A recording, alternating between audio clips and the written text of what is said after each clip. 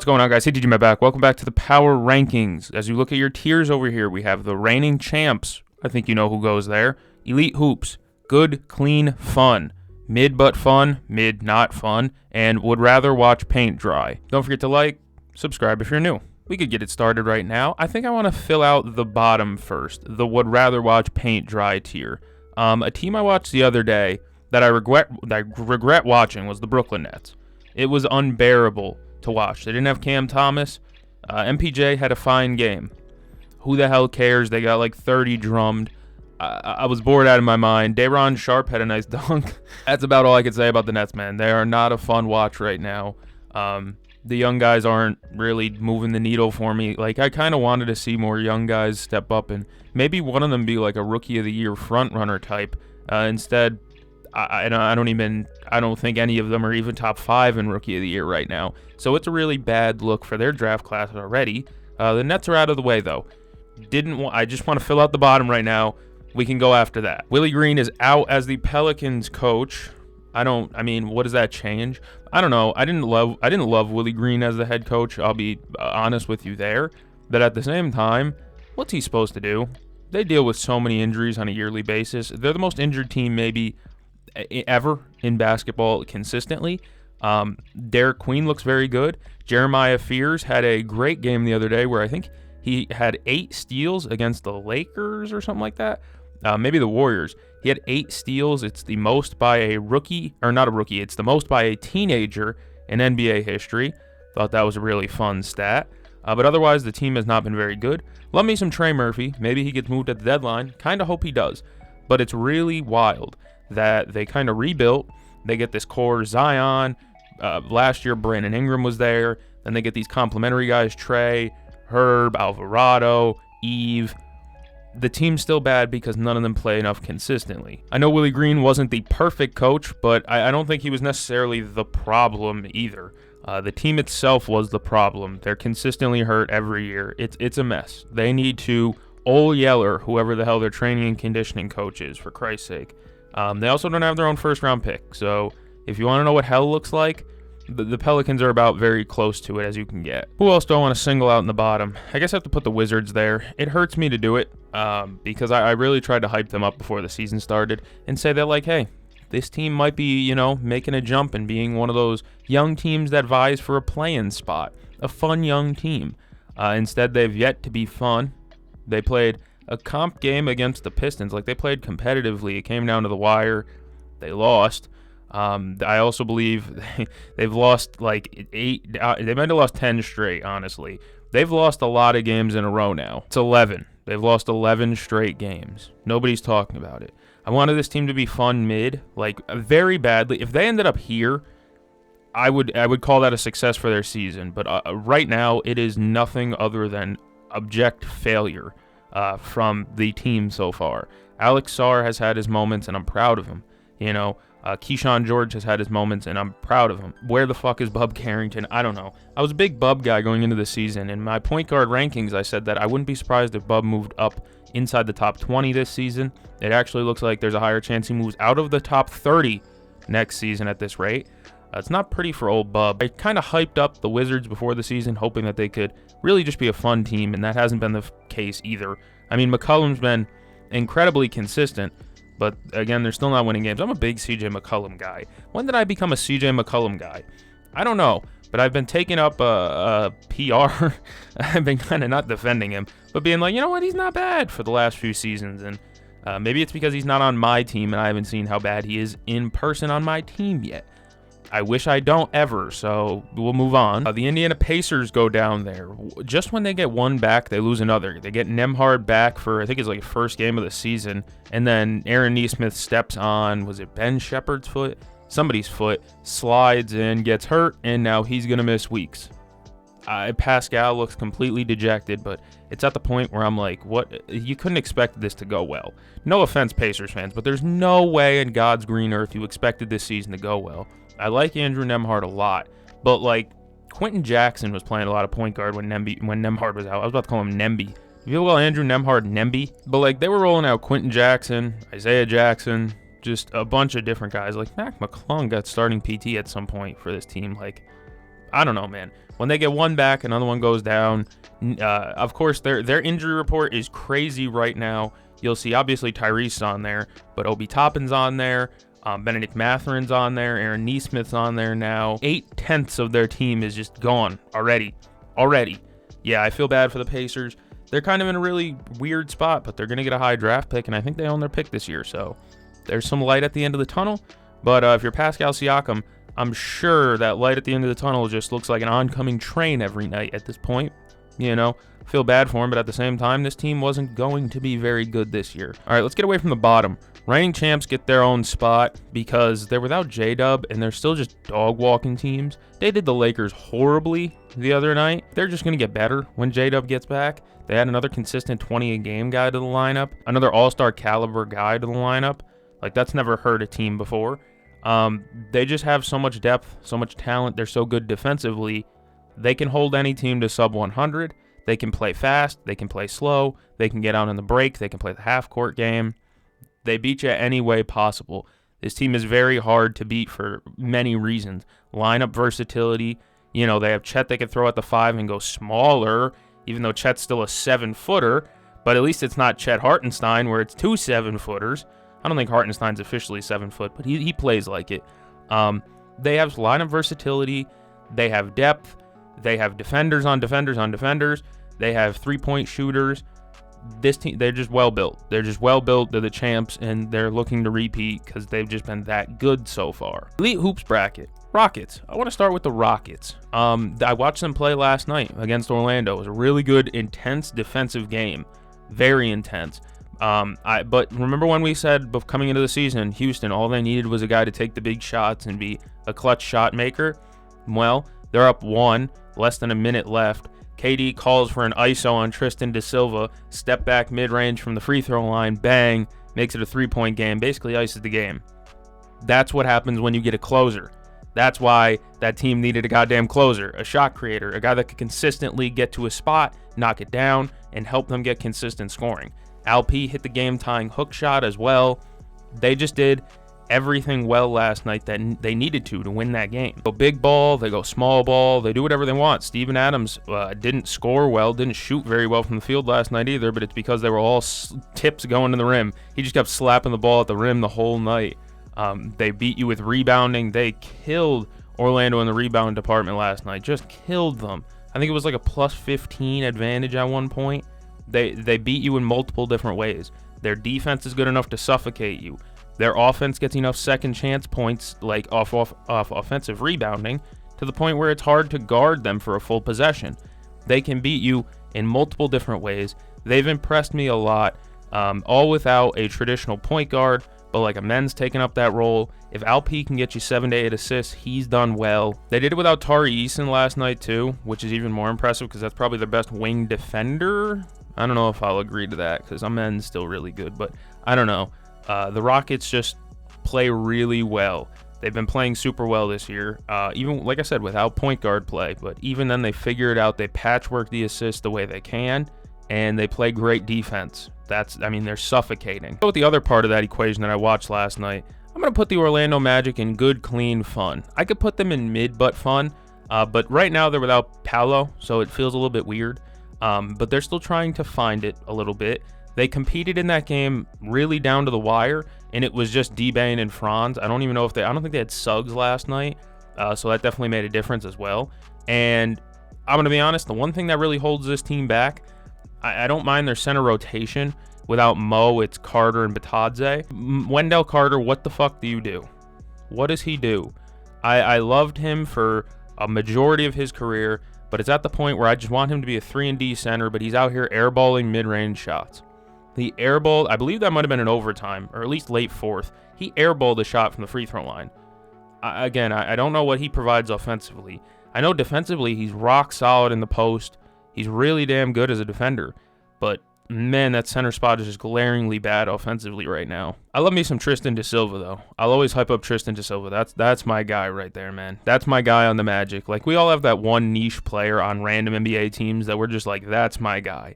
Tristan da Silva's that guy for me. I always knew he was going to be some, like, not elite, but like a really good 3-and-D guy. A guy that would stick in this league. So far, He's making it work. He's shooting relatively well from 3 this year, pretty good from 3.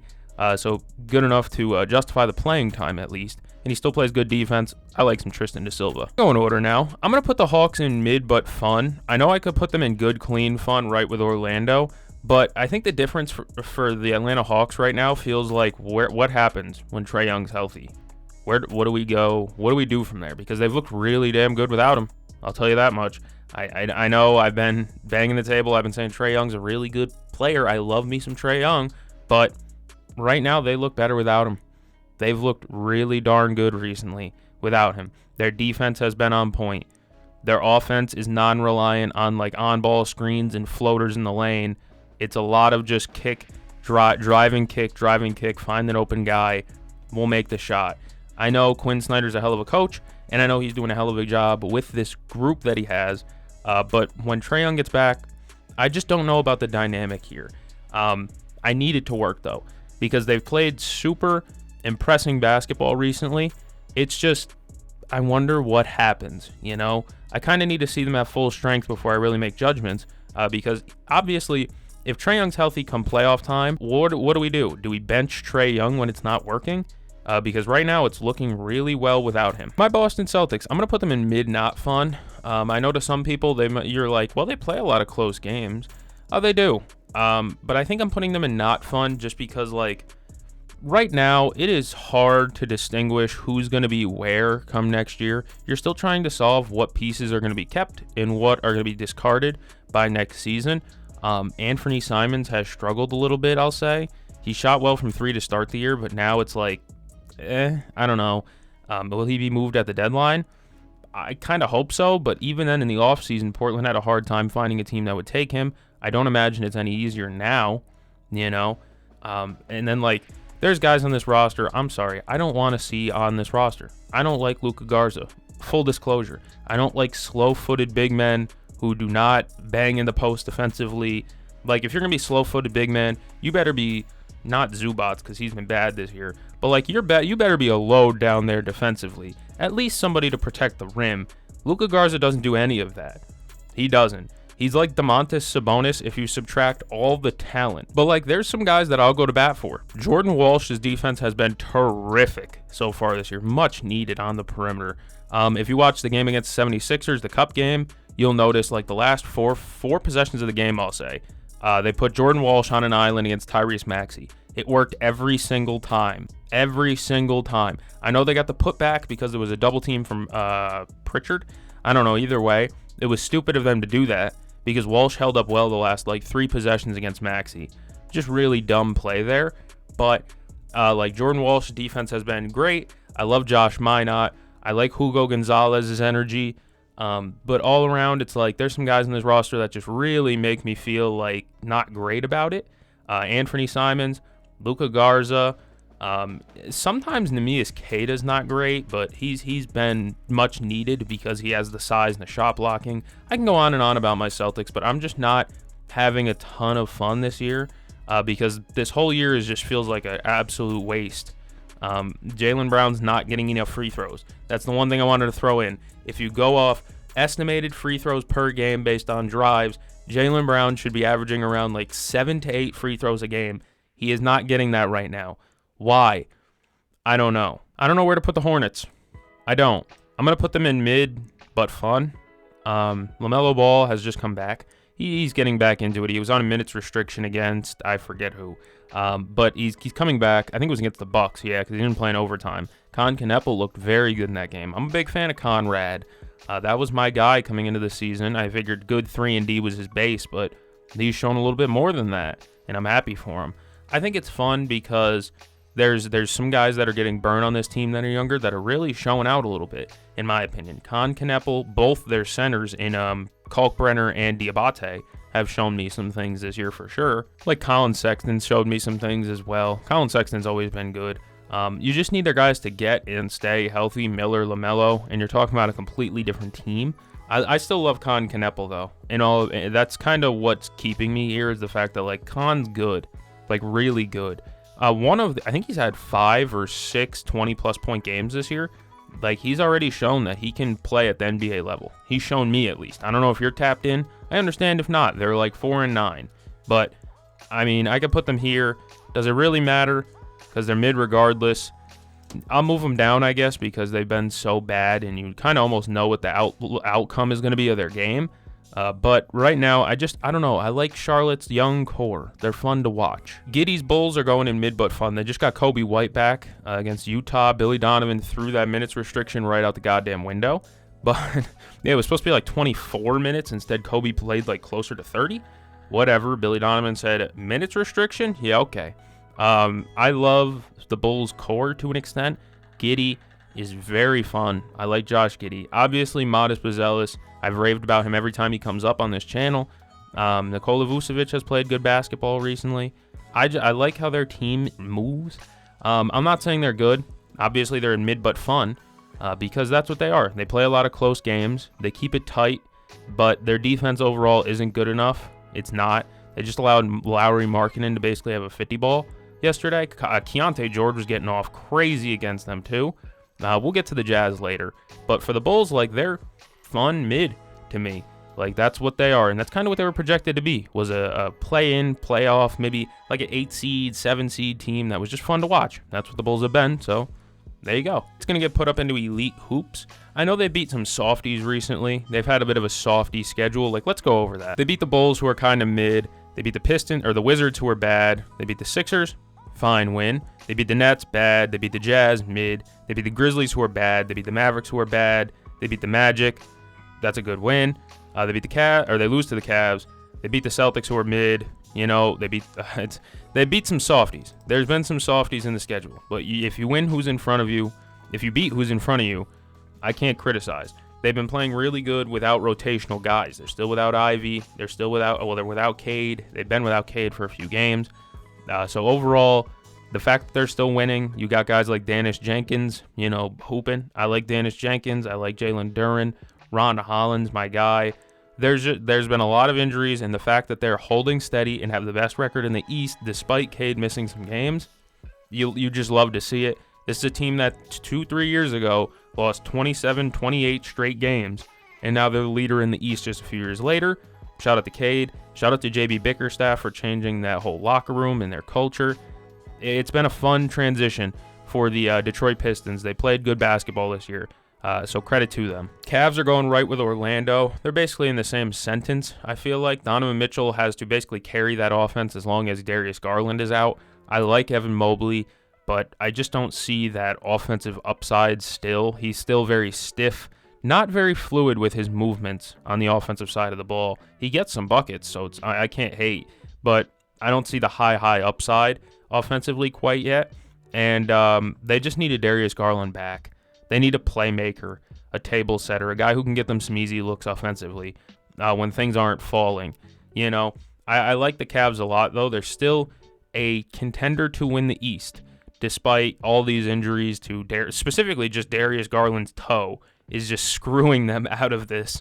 But they've looked good offensively. They still chuck a ton of threes. They take a ton of threes. Everyone knows the Celtic strategies to take a ton. Right now, I think the Cavs lead the league in three-point attempts per game. You know what, Portland? You're going in mid but fun. Denny Avdia last night against the Dallas Mavericks took one of the worst-looking game winners I've ever seen in my life. I'm going to put it up on screen because I should be able to get it. It was hilariously bad. It was not even close. Was the worst shot possible. They had like 9 seconds to work, and all he does is pound, sidestep three for game, and he does... Not even close. That made me very mad because he could have got a better look.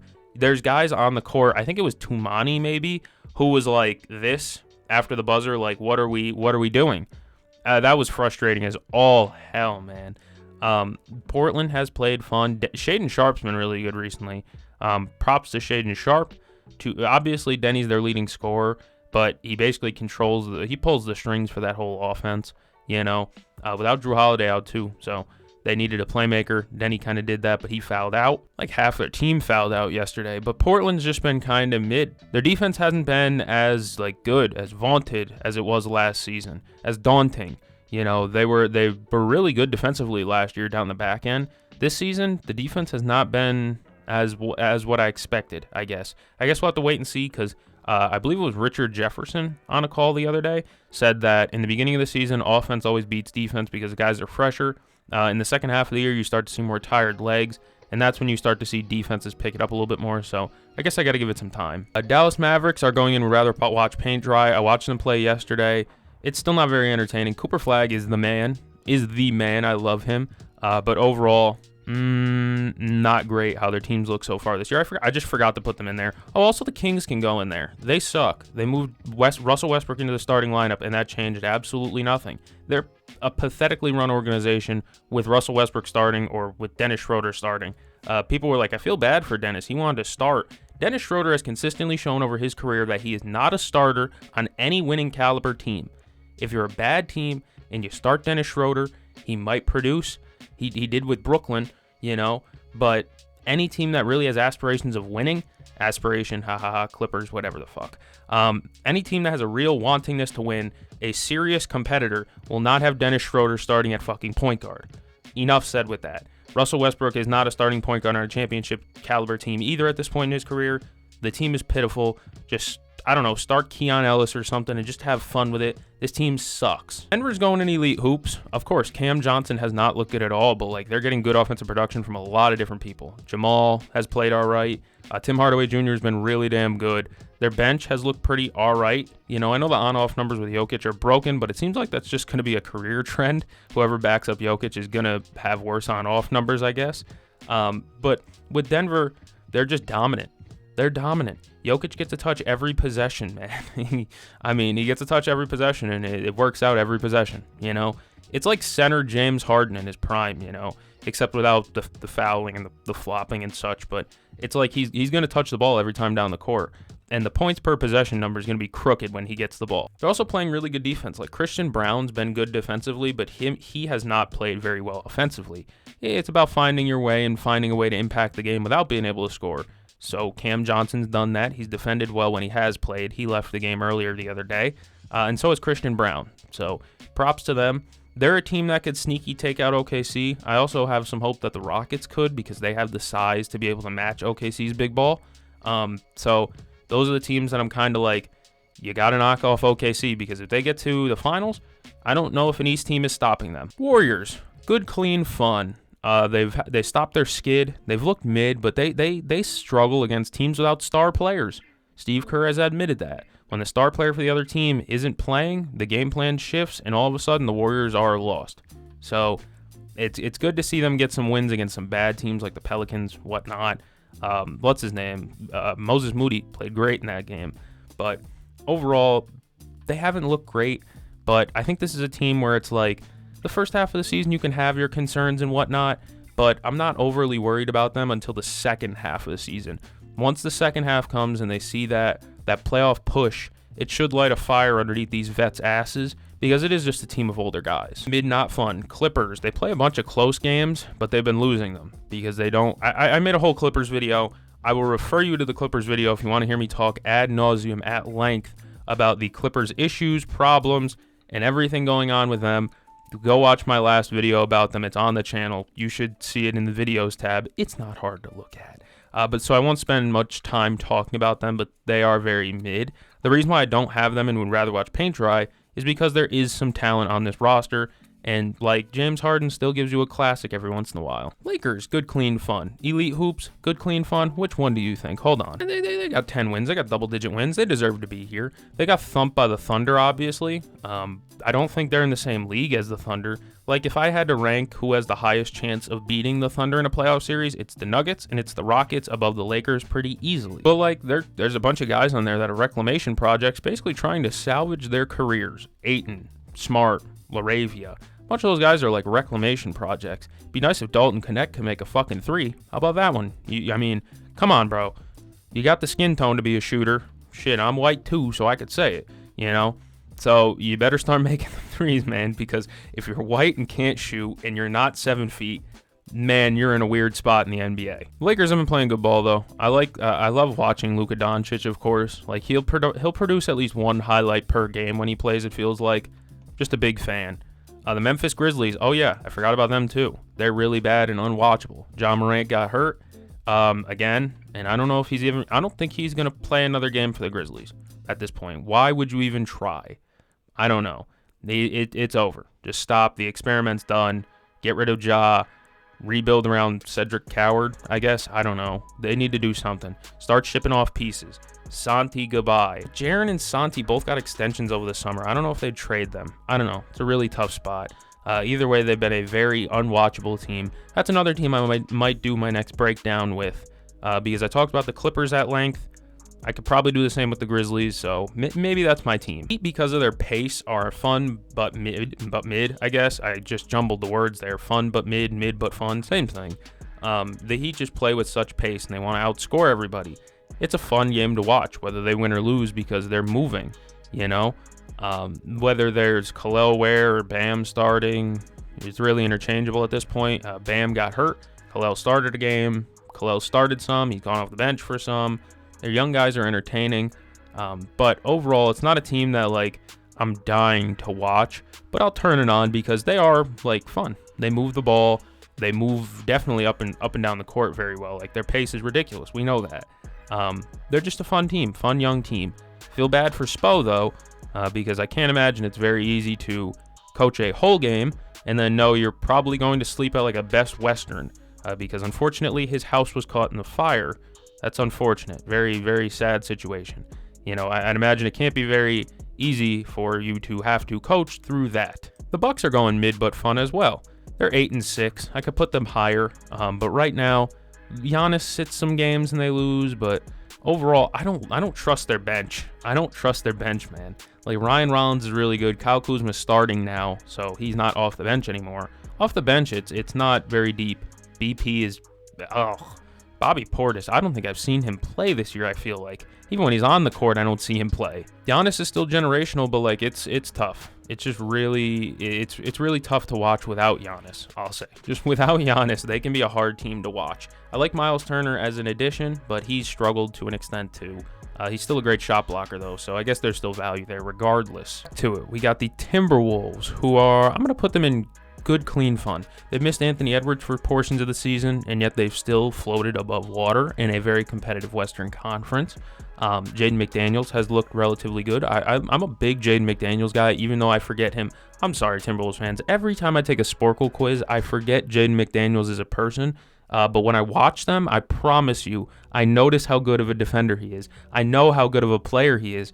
I just forget he exists sometimes. Like, yeah, the Timberwolves lost that game to the Nuggets, I believe, the other night, but they're still without Anthony Edwards, so I'm not really, like, in a panicky mood about them. I still feel really good about them as a team. I still think they're a contender. Do I think they're top of the line? No. But maybe if they put together that Ja Morant trade package, I'll think about it. I don't know. I'm still not sure about the fit with the shooting, because Ja Morant can't shoot. By the way, I just got the Shams report. Ja Morant, calf strain, reevaluated in 2 weeks. Like I said, I think that may have been his last game as a Memphis Grizzly. That still feels right now. So maybe the Timberwolves make that move for him, because right now I don't think his value can get any lower than it is. And I think that he'd be the nice fill-in to the point guard spot for them, because clearly they still do not trust Rob Dillingham in that spot. At least Chris Finch himself does not. The Knicks I'm going to put in good, clean fun for now, but we'll have to wait and see, because right now they're going to be without Brunson and Anunoby, I believe. And that could really change the course of how they look in the next few weeks. It definitely will, obviously. But this is why you go out and you get a Jordan Clarkson. This is why you go out and get a Yabusele, even though he's been piss poor. This is why you pay 5 first-round picks for Mikal Bridges. This is why you shell out more for Karl Anthony Towns. You know, these are guys that need to step up with now Anunoby down with Brunson. And honestly, their good defensive unit can still be there. Mitch Robinson won them a game the other night with like 10 rebounds against the Heat. 9, 10 offensive rebounds against the Heat. Like, he was dominating. And I think that's how they got to win games now. They kind of have to go Houston Rockets, play great defense, and try and kill everybody on the offensive glass. That's kind of how they have to win. Buy offensive possessions. Buy extra possessions any way you can. Because right now, without Brunson and Anunoby, those are 2 good offensive players that you need to get production from elsewhere. I'm putting the Sixers in mid but fun. I think they're a fun team to watch. Paul George will make his debut tonight, I think I saw. He's making his debut soon. I don't know if that's a good thing or if that's a terroristic threat against the United States and specifically Philadelphia, right? I like the fit of Paul George on the team. Will the execution work? I have no idea, obviously. Although, like, VJ's calmed down, I'm still a fan of VJ. I'm still a fan of their team all around. McCain's coming back. He's looked a little bit rough, but he's dealt with so many injuries and he's missed so much time. Kind of have to give him a little bit of a buffer period to kind of get his footing underneath him. Joel Embiid practiced, which, you know, it's wild for an NBA player when you're getting notifications for when they practice. You know, it's a little bit wild, but hopefully he's healthy at some point. I doubt it. But hopefully, like, their team can stay above water, and they have some center play without Embiid. Drummond and Bona have made it work. Are the Sixers really as good as they started off the season? No. But are they still a competitive team? Absolutely. Absolutely. The Suns are also going to go in mid but fun. I did not expect this. Jalen Green's played one game, I believe. Yeah, so despite Jalen Green playing one game, they've managed to get production. Dylan Brooks had a really crazy half the other day, like a 25-point half, which was ridiculous. And then it's like they get production from other guys. I like Colin Gillespie. Man, go watch my breakout or fake out video. I praised Colin Gillespie till the end. I think he's a good backup guard. He gives me Tyus Jones vibes. White Tyus Jones. Nothing wrong with that. Mark Williams has impressed me a good amount at the center position. They have guys that are playing really well. Devin Booker, of course, is just a bucket, man. He's going one-man army hoops, and that was when Phoenix was there at its worst, obviously, as a franchise. But that was when it was maybe the most fun to be a selfish Devin Booker fan because he's giving you masterpieces. He's had like 30 every other game, it feels like, for them. And I enjoy the way that they're playing. Do I think it's going to sustain and they're going to be, I think they're like 8-6 right now. Do I think that it's going to stick and they're going to be this great team all year? No. Some fun here. I really like Ryan Dunn too. Like there's some players here that have proven some things to me at least. The Spurs I'm putting up in, I got to put them in good, clean fun because now it seems like, I'm not going to say the book's out on how to guard Wembanyama, but listen, you need a big wing. That's the key to guarding Vic. You don't need a quick-footed center. You don't need anybody. You need a big wing. Draymond clamped him. And I know people, well, Draymond's a defensive player of the year. Obviously, he's one of the greats. But, you know, you need a sizable forward wing that can do some damage to him. You need to keep him away from the basket. That's like the main objective at this point is just keep him away from the basket. Make him beat you with jump shooting. There's times where he can do it. But overall, like, Draymond did a really good job of guarding him. And, you know, Fox has played some good games. I think it was Legends of Winning Low said something about, like, Fox isn't needed. Get the fuck out of here, dude. They've looked really good with Fox, you know. But overall, I'm not sure how much I truly believe in this team. Wemby missed yesterday's game, I think. So it is what it is. I like Luke Cornett, though, as a backup and a fill-in for when Wemby doesn't play. Put them higher. I really justifiably could, but I just don't think I'm going to. I don't have that same belief in them as the other teams, simply because, like, their supporting cast is decent around Wembanyama, but it's really his first year of being, like, having expectations, I guess. The last few years, there was expectations for him individually, but now there's, like, team expectations, and that's a little bit hard to kind of catch up to. I think that they have they're a playoff team quite easily. Like, look at the company they're in. They're with the Timberwolves, the Warriors, who beat them twice, the Knicks, the Cavs, the Magic. Like, those are teams that could realistically still win their conference if something happens. I still have belief in the Spurs. Toronto's going to go in good, clean fun. They're rolling right now. This team's a force in the East, and I said that before the season. Maybe not a powerful force where it's like, yeah, they're going to run the table, but I think that they could realistically make a conference finals run, dude. They have the talent on paper. Do I love all the fits? No. Do I think there's some moves that need to be made? Absolutely. They need to consolidate some of their pieces and get another big player. You know, you got a bunch of decent players on bloated contracts like Quickly, you know, like Barrett, and maybe you don't move them. Maybe you just really say, hey, this is the team and that's how it is. But overall right now, like the way it is, they're steamrolling right now. They're playing good ball, and I can't really criticize them right now. Defensively, they're looking better, which is great, because at the beginning of the season, they were awful defensively. The fact that their defense has settled in and they look a little bit better defensively gives me a little bit of hope. The Utah Jazz are going in mid but fun. I know their record doesn't indicate that, but you watch their games and they're actually watchable, which is crazy considering where they've been in season past. You know, they have contributors now. Lauri Markkanen's like third in the league in scoring. He's top like 5 in scoring, I think, in the league. Ridiculous. He's putting up 30s every night. He's had like the second most 30-point games in the league, I think, already. He's been incredible scoring the ball, right? But then like it goes deep. Keyonte George had 4, I think, at halftime against the Bulls last night, and he finished with like 34. All right, he had an incredible half. He just ripped the Bulls every time. He couldn't get anything to fall. Then all of a sudden he made one layup in transition, and all of a sudden it was like the light flicked on, and he was just balling. Keyonte George impressed the hell out of me. I know the Jazz record doesn't indicate a fun team, but trust me, you watch their games. Ace Bailey's been a lot better. He fouled out against the Bulls, albeit, but he's been a lot better than his first few games in the NBA recently. He's played better. Keyonte George has been really good. He might be the biggest stock riser in the NBA right now, right? And then on top of that, Lauri Markkanen's still averaging 30+. They're without Walker Kessler, which sucks, but even Bryce Sensabaugh has played good minutes. And I don't want to make that sound like some surprise, because Bryce Sensabaugh played good minutes last year too. But like he had a nice mid-range in overtime, I think that was, over Giddey. It was pretty. I mean, Bryce Sensabaugh has impressed me, and his defense needed to be better. I believe Will Hardy told him that going into the season, that his defense individually needed to be better if he wanted to see the court more. Guess what he's done? Play better defense. Let me know where you agree, disagree, anything else down in the comments. Talk about your favorite team, where their position is, how you feel about them, everything like that. Don't forget to like, subscribe. Thank you for joining me. I'm going to catch the game. See you guys in the next one.